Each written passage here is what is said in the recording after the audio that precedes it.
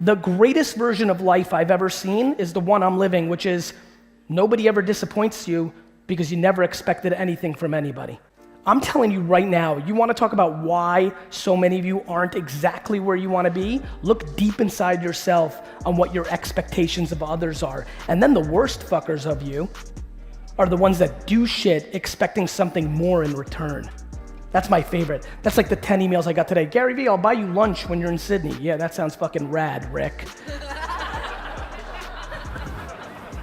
Can't wait to get that $8 sandwich for a fucking hour-and-a-half session. My friends, accountability, giving with no expectation in return, playing the long game. Every single person's business or ambition will grow exponentially tomorrow if they spend the next 13 years giving away free content forever. Seems super non-natural. When do you monetize? How do you do this? The person that holds the breath the longest wins. When I started talking about business on Twitter, every single comment in 2009 was, shut your fucking mouth, wine boy, stay in your lane.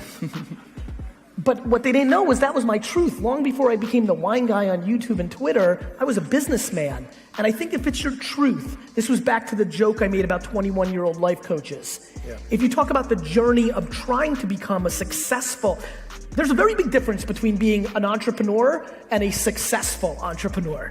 I can say that I'm a football player, doesn't mean I'm gonna get paid to do it. And so I think the truth, like, you truly like that music. I think it's unbelievably exciting for me. It feels warm in my heart that the thing that I've seen consistently, analyzing this every second of my breathing day for the last decade, has been whatever your truth may be, as long as it is actually your truth, you will always over-index. And people have told me to not curse on stage. You know, my agents who book, like, stop cursing on stage because we're losing so much money. I'm like, I can't. I have to be me. And wherever the chips fall, and I think for everybody, A, it's fun because it's easier, and B, audiences are smart, to your point. You can smell when that person wants to put their agenda through. And so I think the truth, which is a very exciting answer to this question, the truth is undefeated. 400 trillion to one was one way for me to get people to be like, do you fucking understand?